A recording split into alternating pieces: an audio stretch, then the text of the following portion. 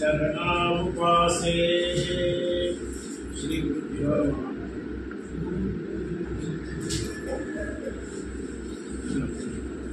நாம் அத்தனை பேரும் சௌக்கியமாக இருக்கணும், என்னைக்கும் ஒரு துக்கம் வராத இருக்கணும்.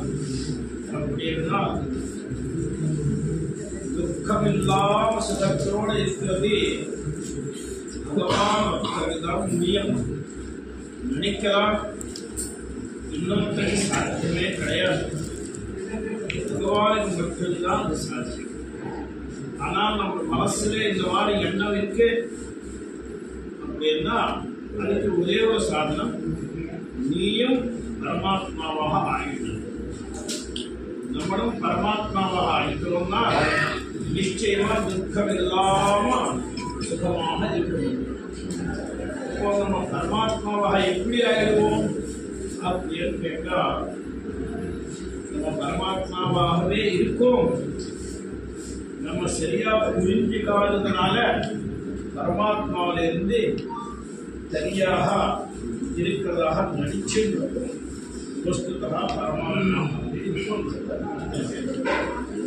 அதனால் இப்போ அதுதான் புரிஞ்சுக்கணும். இப்போ நமக்கு எந்த பிரமம் இருக்கோ அந்த பிரமம் போயிடுச்சுனால் நம்ம தானாகவே பரமாத்மாவாக ஆயிடுவோம்.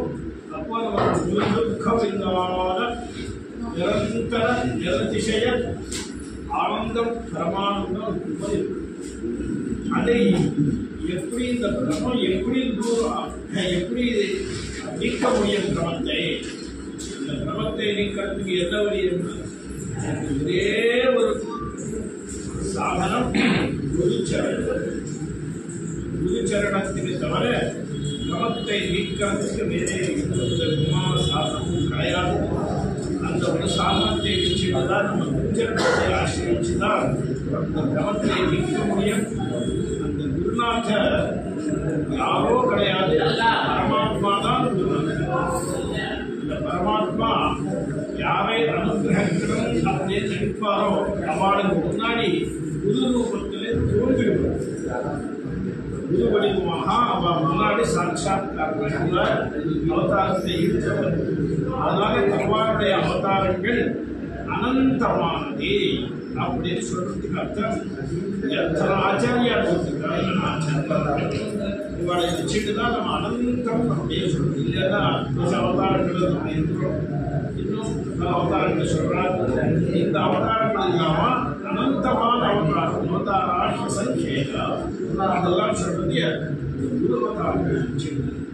அந்த குரு அவதாரங்களே நம்ம அத்தனை பேரு நம்ம கண்காணம் பார்த்தா அவளுடைய ஜெயந்தி ரொம்ப கொண்டாடத்தக்கது. அது கொண்டாடின வாழ்க்கை பிரபங்கள் தானாகவே நீங்கிவிடும். தெளிவாக வந்து அவள் ஹிருதயத்திலே வந்து நம்ம மனசுலேதாக அஞ்ஞானம் இருக்கு. அந்த ஆர்த்தாந்த காலத்தை நீக்கும். அதனால வேதாந்தஸ்ய பிரகாஷே தமோ ஆர்த்தம் நிவாரயன் பிரமத்தாஸ்தித்ரவதேயா. தமோ ஆர்த்தம் நிவாரயன் ஹிருதயத்தில் இருக்கக்கூடிய அந்தகாரத்தை நீக்கணும்னா இந்த ஆச்சாரியார் பரமேஸ்வரா பின்னமான ஆச்சாரியார் ஹிருதயத்தில் வந்து நிவசிக்கணும். எப்பவுமே ஹிருதயத்தில் ஆச்சாரியால் இருந்துட்டாங்கன்னா ஹிருதயத்தில் இனிமேல் அந்த காலத்தை கிடையாது. எங்கே ஜோதிஷ் இருக்கோ அங்கே அந்தகாரம் எப்படி? அதனால ஜோதிஷ் ரூபமான ஆச்சாரியா நம்ம இந்த குரு ஜெயந்தி உற்சவங்கள் எல்லாம் நடத்துறது. இதுல யாரோ ஒருத்தர் எஜமான ஒருத்தர் கிடையாது.